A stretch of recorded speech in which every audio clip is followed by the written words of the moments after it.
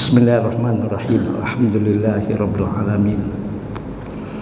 Wassalatu wassalamu ala asyrafil anbiya'i wal mursalin wa ala alihi wa sahbihi ajmain. Asyhadu an la ilaha illallah wahdahu la syarikalah wa asyhadu anna Muhammadan abduhu wa rasuluh. Faqad qala Allah Ta'ala fi kitabihil karim wa huwa asdaqul qailin. A'udzu billahi minasyaitonir rajim. Bismillahirrahmanirrahim.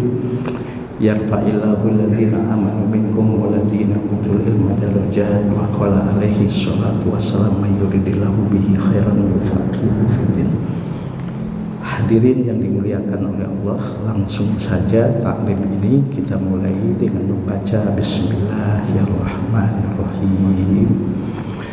Selanjutnya mari kita membacakan suratul Fatihah, bertawassul dengan membaca suratul Fatihah ini. Kita doakan orang-orang tua kita, guru-guru kita, keluarga kita, semua jemaah masjid Babus Salam ini, atau siapapun yang pernah menyumbangkan sebagian harta, tenaga, pikiran dan waktunya untuk masjid ini.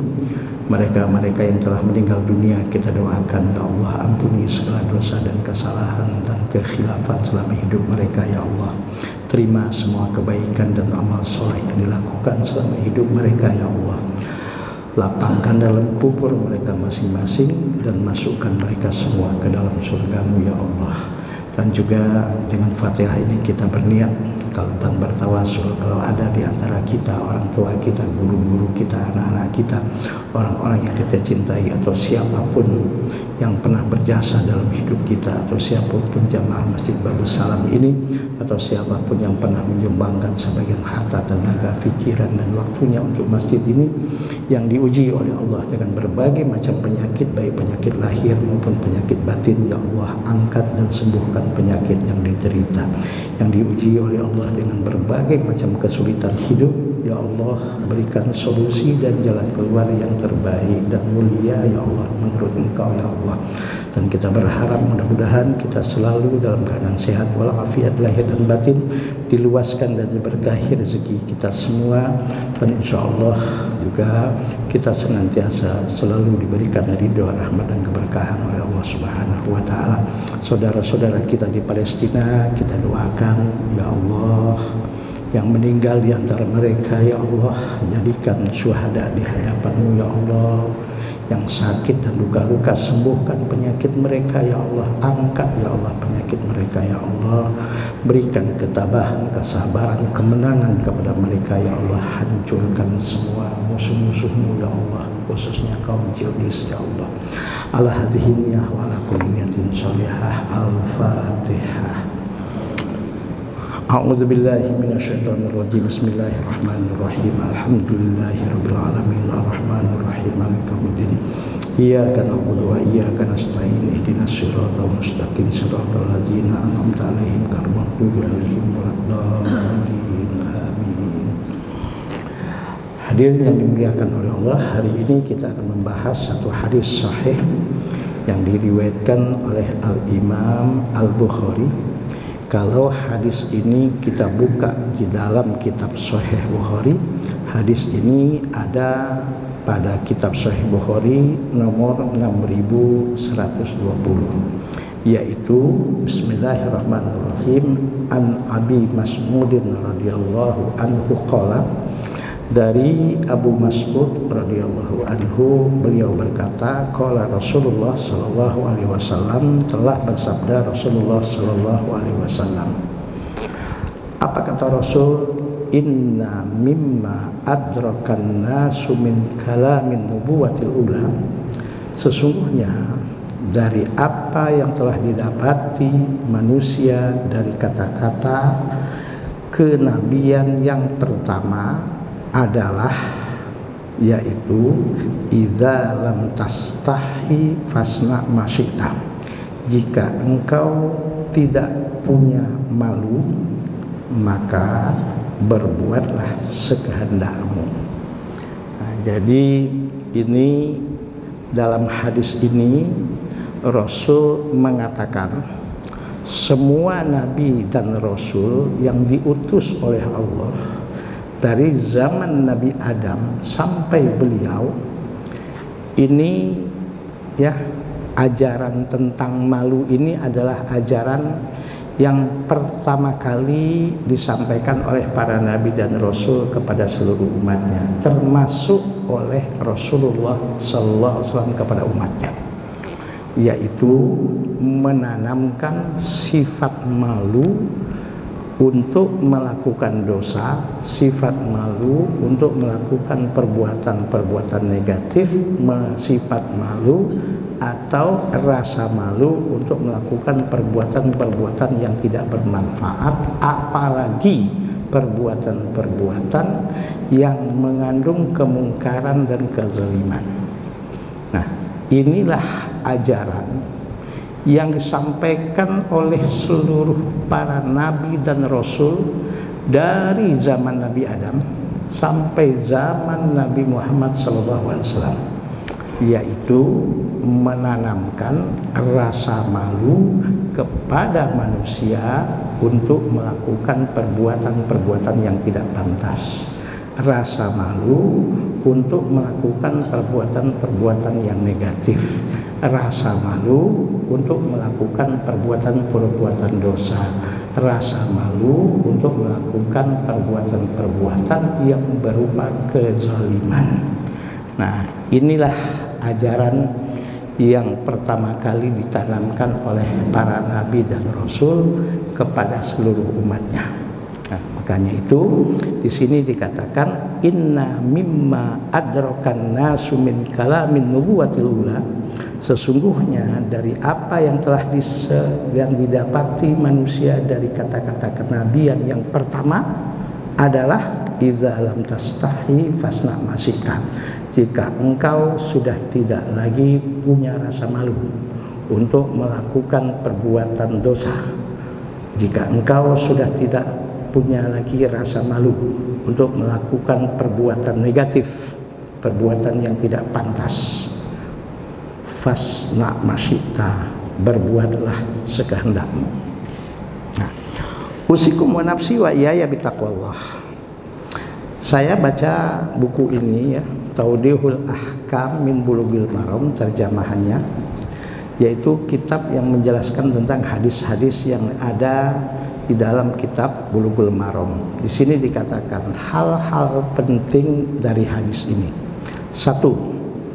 Sabda beliau, sesungguhnya dari apa yang telah didapati manusia dari kata-kata kenabian yang pertama, kata Ibnu Rajab, ulama hadis dari mazhab Hambali, sabda beliau ini mengisyaratkan bahwa isi dari hadis ini adalah sesuatu yang telah dikenal oleh para nabi terdahulu dan seluruh umat telah menyampaikannya dari kurun ke kurun berikutnya, sebagaimana sabda beliau ini pun menunjukkan akan hikmah besar hingga perkataan ini sampai kepada umat terakhir. Jadi artinya, kata Ibnu Rajab, ajaran menanamkan rasa malu untuk melakukan perbuatan negatif, ajaran untuk menanamkan rasa malu untuk melakukan dosa, maksiat dan kemungkaran, ini ajaran yang ditanamkan oleh seluruh nabi dan rasul yang diutus oleh Allah kepada umat manusia. Ini yang pertama.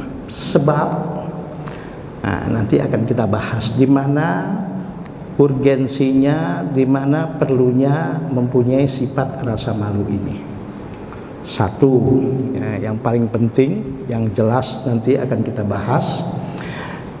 Ada satu hadis Nabi, hadis ini hadis sahih yang diriwayatkan oleh Imam Bukhari dan Imam Muslim dari sahabat Rasulullah Abdullah bin Umar radhiyallahu anhuma. Kata Rasul, al-haya'u minal iman. Apa itu al-haya'u minal iman? Malu untuk melakukan perbuatan dosa, malu untuk melakukan perbuatan negatif, perbuatan yang tidak bermanfaat, itu adalah bagian dari iman. Jadi artinya, apabila ada orang sudah hilang rasa malunya untuk melakukan perbuatan-perbuatan negatif. Apabila ada orang sudah hilang rasa malunya untuk melakukan perbuatan-perbuatan dosa, perbuatan-perbuatan maksiat, apalagi sampai menzolimi orang, apalagi melakukan perbuatan-perbuatan yang melanggar hukum. Kalau kita bernegara yang melanggar undang-undang, dan lebih tingginya sudah nggak punya malu lagi untuk melanggar undang-undang dan konstitusi, siapapun orangnya, ini tandanya orang itu imannya sudah nggak ada. Ini sekarang kan banyak tuh Pak, orang sudah nggak malu lagi, maaf, berbohong. Orang sudah nggak malu lagi menipu. Orang sudah tidak malu lagi ketika berjanji, janjinya angin surga yang dibawa. Tapi ketika dia sudah mendapatkan sesuatu yang diinginkannya, janjilah tinggal janji. Apalagi maaf di tahun-tahun politik. Ya Pak ya. Di tahun-tahun politik, siapalah namanya pemimpin itu dan calon pemimpin itu. Kalau lagi kampanye Pak, waduh, angin surga semua yang dibawa. Kalau lagi kampanye untuk memilih dia. Dan udah gak ada rasa malu lagi tuh. Padahal kita nggak tahu apa yang dibicarakan sesama tim mereka. Udahlah, pokoknya jual janji aja dulu dah. Soal nanti menepati janji atau tidak itu nomor 100, nomor sekian. Sudah nggak ada rasa malu lagi. Mau berbohong, mau melakukan cuman sekedar janji, mau mengkhianati janjinya, mau tidak menepati janjinya, itu sudah nggak dipikirkan lagi. Ya, maka kata Rasul, apabila engkau sudah tidak punya rasa malu lagi, apabila seorang manusia sudah hilang rasa malunya, itu kata Rasul, fasna masita, dia pasti akan menjadi manusia yang melakukan apapun sekehendak hatinya. Kalau sudah rasa malu itu sudah nggak ada.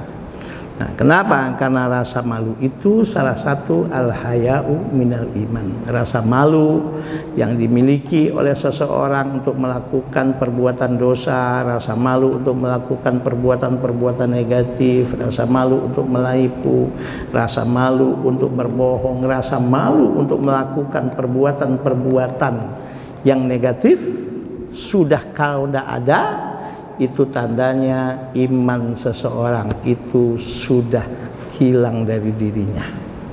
Na'udzubillah min dzalik. Maka di sini dalam hal penting dalam kitab ini dikatakan, sabda Rasul, jika engkau tidak punya malu lagi, berbuatlah sekehendak hatimu.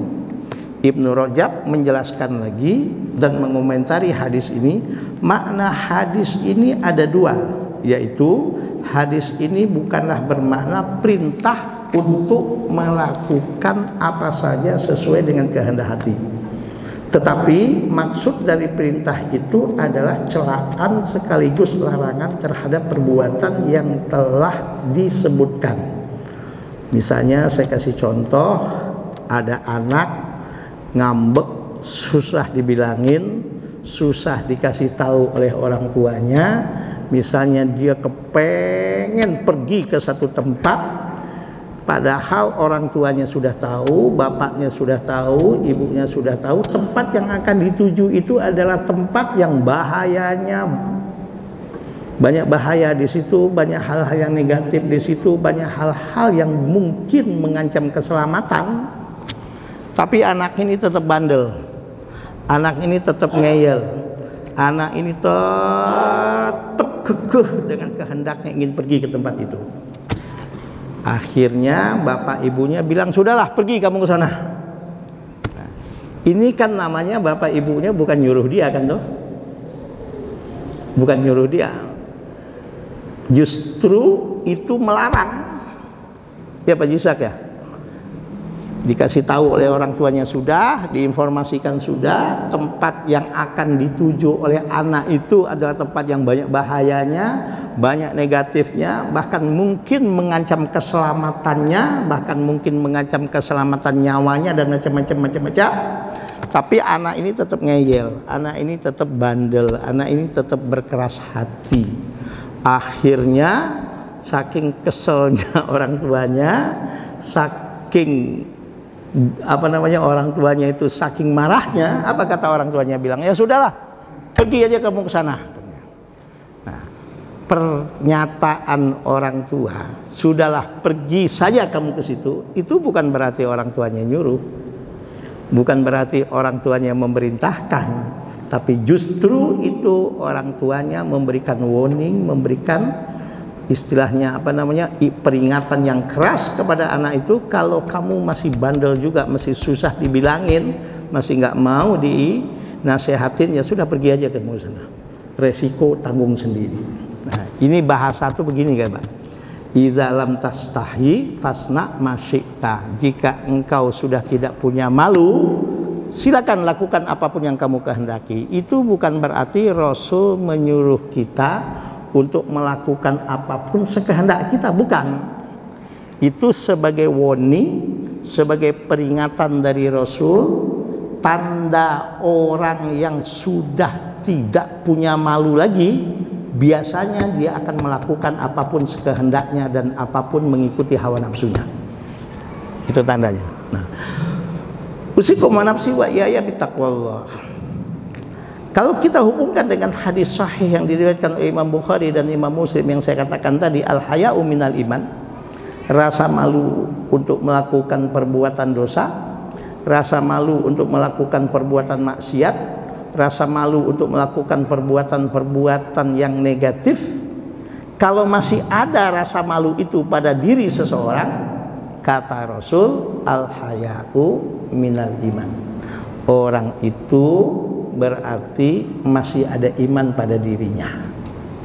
Nah, sedangkan yang namanya iman ini dalam kehidupan kita sesuatu yang fundamental, yaitu sebagai apa? Sebagai landasan, sebagai dasar, sebagai fondasi kehidupan kita. Kalau iman sudah tidak ada, sudah hancur kehidupan seseorang, Pak. Apalagi maaf, sudah mengikuti hawa nafsunya yang sudah tidak punya rasa malu lagi. Usikum wa nafsi wa iyaya bittaqwallah. Allah Subhanahu wa taala mengingatkan yang namanya hawa nafsu, yang namanya keinginan itu nggak akan ada batasnya. Sehingga kata Allah Subhanahu wa taala, a'udzubillahi minasyaitonir rajim, bismillahirrahmanirrahim, alhaakumut takatsur hatta zurtumul maqabir. Kata Allah, al-hakum, sudah membuat engkau lalai, sudah membuat engkau lupa diri, sudah membuat engkau tidak tahu halal, tidak tahu haram, sudah membuat engkau sudah hilang rasa malu.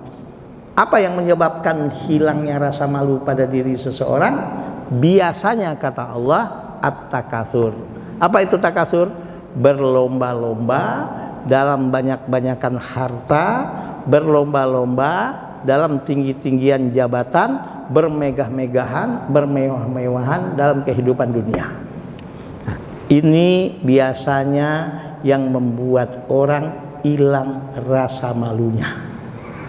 Ya, jadi kalau sudah ada pada diri, na'udzubillah, yang sampai ada pada diri kita, Pak, satu keinginan yang ingin wah-wahan dalam kehidupan, yang ingin supaya dibilang hebat, yang ingin supaya dibilang kaya, yang ingin dibilang macam-macam yang disebut dengan kemewahan dan kemegahan di dunia, itu rentan kata Allah, al-hakumut takatsur, membuat engkau sudah tidak tahu halal, tidak tahu haram.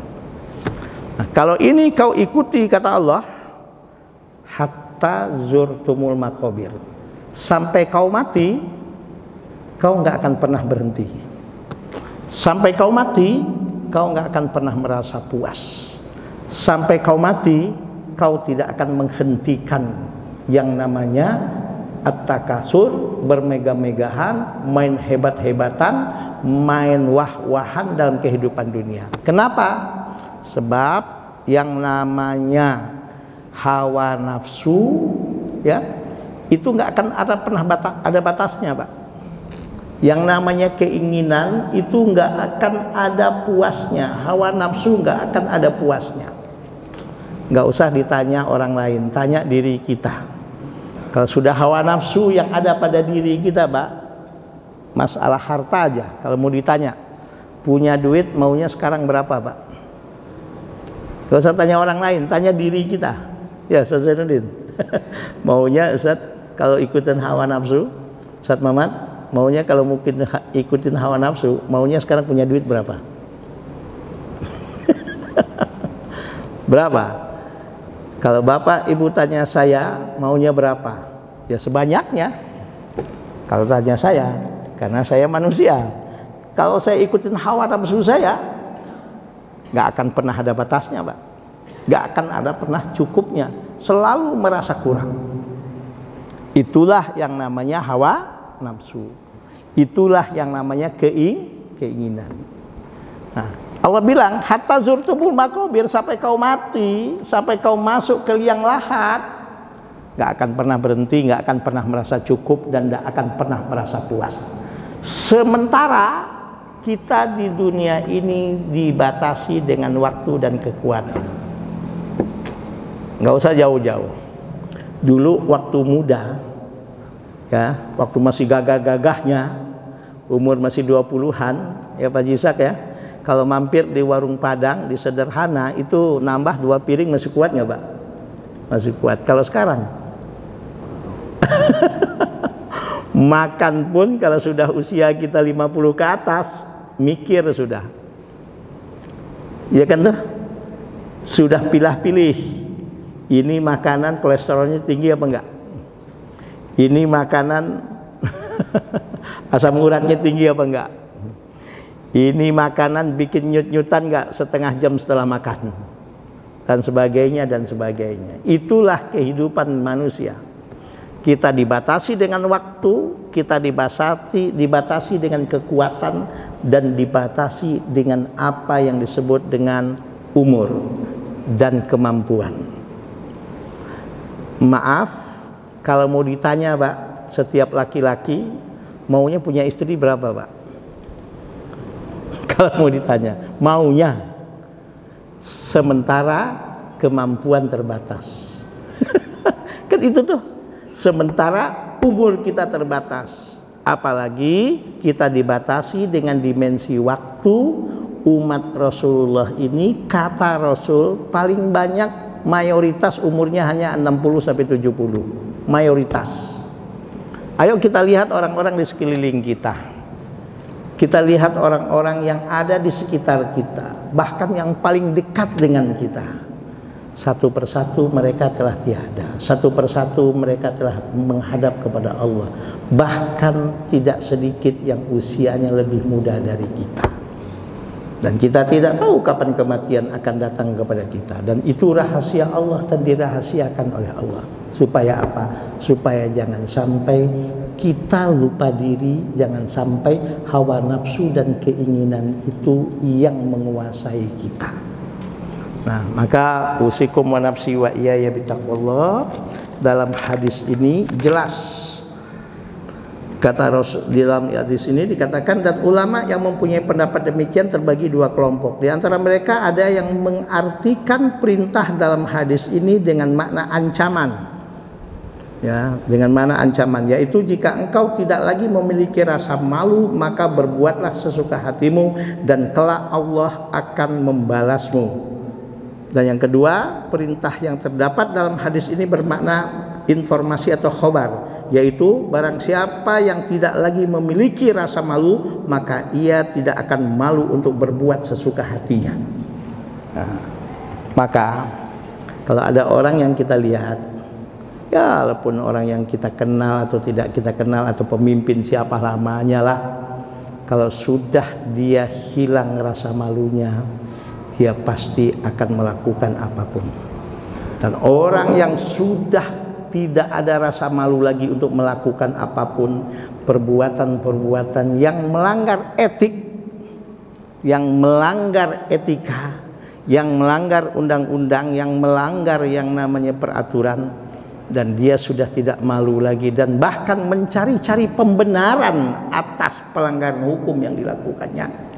Nggak usah banyak cerita, Pak. Itu tandanya orang itu imannya sudah hilang pada dirinya. Jelas, Pak ya? Kalau hilang iman sudah ngeri, Pak. Kenapa? Karena iman itu, kalau kita sebagai orang beriman, fungsinya adalah sebagai landasan dan fondasi kehidupan orang beriman. Dan manehnya dalam umat ini ditanamkan pemikiran-pemikiran yang menyesatkan. Salah satunya yang sering kita bahas di majelis ini, oh iman itu kan urusan pribadi, agama itu urusan pribadi, jangan bawa-bawa ke dalam urusan bisnis. Oh ini kan pasar, jangan bicarain iman. Nanti kalau mau bicarain iman, bicarain agama di masjid, di musola lagi taklim. Oh ini kan urusan politik, nggak ada hubungannya dengan iman. Politik ya politik, iman ya iman. Jangan campur adukkan antara politik dan iman. Astaghfirullahaladzim. Islam tidak seperti itu. Apalagi dia bilang, oh politik itu kan kotor. Agama itu suci, bersih. Iman itu sesuatu yang suci. Maka jangan campur adukkan antara politik yang kotor dengan agama atau iman itu. Banyak kan cara berpikir begini kan, Pak? Dirusak cara berpikir kita. Maaf ya, kalau politik itu kotor mutlak, ya maaf, tutup semua fakultas-fakultas sosial politik yang ada di Indonesia ini, Pak. Silakan, bubarkan aja itu. Apa gunanya kalau politik itu kotor? Sebab apa? Sebab kalau politik itu kotor, berarti mengajarkan semua mahasiswa yang kuliah di fakultas politik itu untuk menjadi orang kotor, untuk menjadi orang yang sudah tidak punya malu lagi, untuk melakukan apapun pengkhianatan, bahkan menfitnah, sudah nggak malu lagi. Demi apa? Demi mendapatkan jabatan dan demi untuk yang namanya mendapatkan kekuasaan dan mempertahankan kekuasaan. Kalau politik itu kotor, bubarin aja itu seluruh fakultas ilmu politik itu. Buat apa? Islam tidak memandang seperti itu. Islam memandang bisnis, politik, dan segala aspek kehidupan umat, dari dia bangun tidur sampai tidur kembali, harus didasari oleh imannya. Nah, apapun yang dilakukannya, apapun yang keluar dari lidahnya, apapun ide dan pemikiran yang keluar dari pemikirannya, apapun tindakan dan perbuatannya, kemanapun kakinya dilangkahkan, iman yang harus menjadi dasarnya.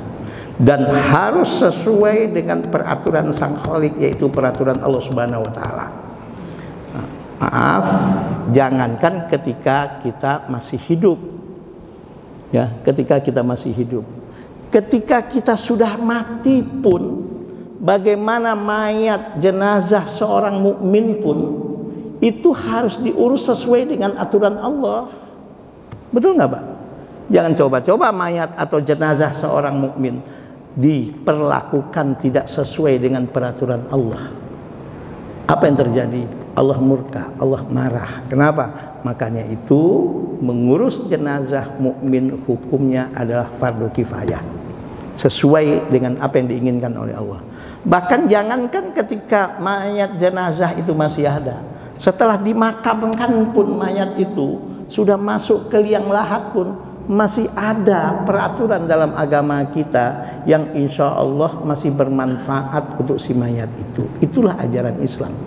Jadi kalau ada orang yang bilang, oh urusan bisnis gak ada hubungan dengan iman, urusan politik gak ada urusan dengan iman, urusan bernegara gak ada hubungan dengan iman, maaf, itu bukan ajaran Islam dan itu bukan ajaran yang disampaikan oleh Rasul Muhammad SAW. Nah, mudah-mudahan kita termasuk orang-orang yang tidak hilang rasa malu pada diri kita. Maka yang ketiga di sini dikatakan, kemudian Ibnu Rajab berkata lagi, Apa kata Ibnu Rajab? Dan ketahuilah bahwa sifat malu itu terbagi dua macam. Satu, sifat malu yang merupakan dasar tabiat seseorang. Sifat ini adalah akhlak yang dikaruniakan oleh Allah kepada hambanya yang terpilih. Jika orang itu mempunyai rasa malu untuk melakukan perbuatan yang negatif. Jadi sebetulnya rasa malu untuk melakukan perbuatan dosa ini sebetulnya sudah ada pada diri setiap manusia, Pak. Karena Allah berfirman, wa nafsiu wa masawwaha fa'alhamaha fujuraha wa taqwaha. Demi jiwa yang diciptakan oleh Allah, wa nafsiu wa masawwaha fa'alhamaha fujuraha wa taqwaha. Allah ciptakan pada diri setiap manusia sifat fujur, yaitu untuk melakukan dosa, maksiat dan kemungkaran. Dan sekaligus pada diri manusia diciptakan oleh Allah wattaqwaha, ketakwaan untuk menjadi orang baik, bahkan orang yang terbaik, bahkan manusia yang paling mulia di hadapan Allah. Nah, dua sifat ini diberikan sekaligus oleh Allah kepada manusia termasuk kita. Nah, dalam ayat ini Allah katakan qad aflaha man zakkaha. Siapa orang yang membersihkan dirinya dari segala bentuk dosa, maksiat, kemungkaran tersebut, insya Allah itulah orang yang beruntung, kata Allah. Qad aflaha man zakkaha wa qad khaba man dassaha. Tapi ketika dia kotori dirinya untuk melakukan dosa, maksiat dan sudah hilang rasa malunya, ya Allah bilang qad aflaha man zakkaha wa qad khaba man dassaha. Dan sangat rugilah manusia yang mengotori dirinya. Nah, kita berharap mudah-mudahan sifat malu ini, baik sifat malu yang betul-betul yang dikaruniakan oleh Allah pada diri kita ketika Allah menciptakan kita, dan insya Allah dengan kita banyak belajar, banyak hadir di majelis ilmu, banyak kita mempelajari segala hal yang mulia yang baik dalam kehidupan kita, mudah-mudahan rasa malu itu tetap tertanam pada diri kita, dan mudah-mudahan apa yang disebut dengan maaf, dosa, maksiat, kemungkaran, kezaliman Allah hindarkan pada diri kita. Mudah-mudahan apa yang kita bahas ini menjadi ilmu yang bermanfaat, dan kalau ada yang ingin bertanya silahkan. Monggo, Pak. Kalau enggak kita lanjut. Ada yang ingin bertanya? Enggak ada? Oke. Ada pertanyaan. Kalau gitu apakah ciri orang yang, ya di sini kalau Allah katakan, kalau Rasul katakan al-haya'u minal iman, orang yang beriman itu apa cirinya? Kalau kita lihat dari hadis ini, salah satu ciri keimanan itu masih ada pada diri seseorang apabila seseorang itu mempunyai rasa malu. Nah, ada yang salah memahami rasa malu dengan minder, ya, atau dengan tidak punya percaya diri. Begini, Pak, kecerdasan itu ada 4 macam. Ya, kalau dulu dikenal dengan hanya 3 macam. IQ, ya, intellectual quotient, itu IQ. Ada yang disebut dengan EQ, emotional quotient. Ada yang disebut dengan SQ, yaitu spiritual quotient. Sekarang dalam ilmu pendidikan ada yang disebut dengan SSQ, yaitu soft skill quotient. Apa itu soft skill quotient? Kecerdasan soft skill. Nah, ini sekarang ada teori dalam ilmu pendidikan itu, kecerdasan itu bukan cuma 3. Dulu sering kita kenal ada IQ, ya, intellectual quotient, ada emotional quotient, ada SQ, spiritual quotient. Sekarang ada yang disebut dengan SSQ, soft skill quotient. Apa itu soft skill quotient? Soft skill quotient itu adalah satu kecerdasan yang ada pada diri seseorang yang biasanya mempunyai percaya diri yang tinggi misalnya. Itu orang yang mempunyai soft skill quotient. Saya beberapa kali menghadiri motivasi-motivasi dan pelatihan-pelatihan tentang kesuksesan dalam kehidupan. Itu ternyata orang yang mempunyai soft skill question dalam kehidupan itu biasanya bisa lebih sukses di masyarakat, Mbak. Bahkan boleh dikatakan 60-70% kesuksesan seorang di masyarakat dengan ikhtiar dan usaha ketika dia mempunyai soft skill question, insya Allah itu bisa membawa kesuksesannya dalam hidup.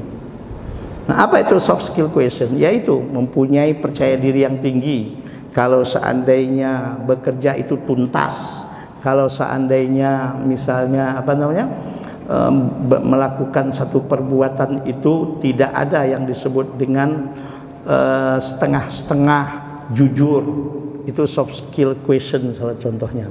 Nah, banyak orang yang mungkin secara pendidikan, secara sekolahnya mungkin dia tinggi. Maka banyak anak-anak ketika sekolahnya intelektualnya bagus, tapi ketika di masyarakat bisa lebih sukses anak cuma tamat SMA kadang-kadang daripada anak daripada S1. Kenapa? Karena dia mungkin salah memahami salah satu yang disebut dengan sifat malu itu. Nah, malu ngapain? Ya kan anak-anak kita kan kadang-kadang kan sono malu tampil kamu depan malu Banyak nggak banyak kayak gini, Pak?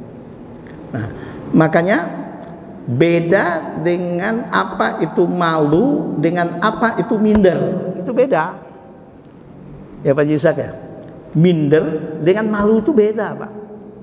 Kalau malu itu adalah yang tidak benar itu, yang nggak boleh itu adalah tidak punya rasa malu untuk melakukan maksiat, tidak punya rasa malu untuk melakukan perbuatan-perbuatan yang dilarang oleh agama, tidak punya rasa malu untuk menghalalkan segala macam cara. Itu kita harus punya rasa malu untuk melakukan perbuatan-perbuatan dosa itu.